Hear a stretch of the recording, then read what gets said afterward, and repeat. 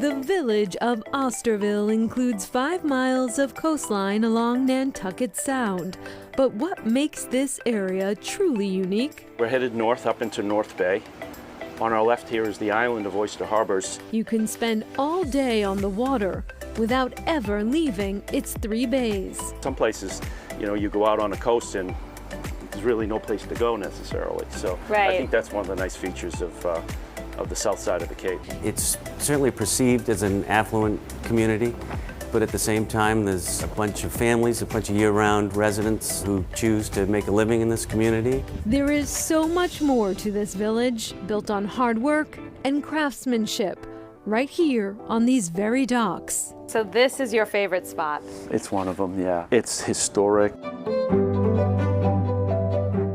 One of the village's most notable family names, Crosby, America's oldest active wooden boat building family. Chronicle met up with Ned Crosby a few years ago. He is the 8th generation to carry on the boat building tradition at E.M. Crosby Boat Works. Still builds the original Capo and Wiano Sr. It was originally commissioned as a one design racing class for local sailors, which took off and is very active today, very competitive, even more popular today as it was the day that it was built.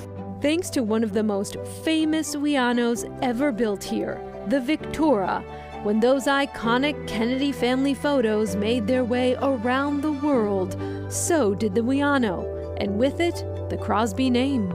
Shipbuilding and boat building facilities built up along the coast, along the harbor, along the bay. It was the hub back in the day, and I think it still is in many ways. Still at the cornerstone of life here, the Crosby Yacht Yard, the oldest continuous operating boat yard in the country. It was established when the Crosby family all came together under one roof. The company was formally incorporated in 1850. Started out building small craft, obviously out of wood. The rest was history. Some of these structures do date back to the 1800s, so we're always staying at it.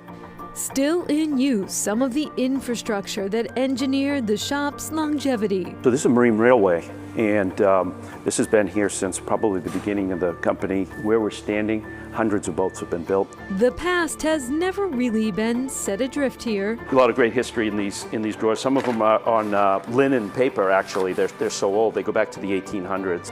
Though the building has evolved over the last 200 years, adjusting its sail when needed. During World War II, the facility was taken over by the Army Corps of Engineers, and they did landing craft preparation, training, and service. There's still signs of them around.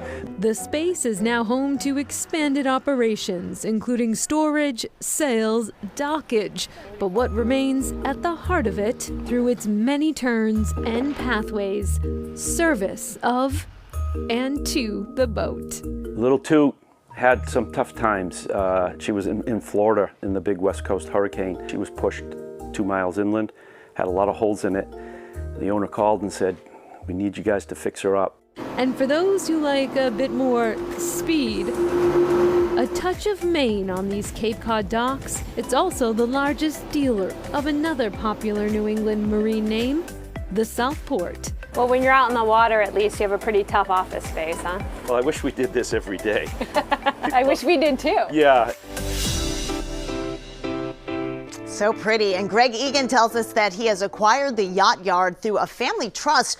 Both the yacht yard and E.M. Crosby Boat Works are the only 2 facilities licensed to build a Wiano Sr. Daniel and Jesse Crosby Jr. were the first to lay ground in the family business in 1798, leasing 260 feet of land on the shore for 60 years. The price, $9. Wow.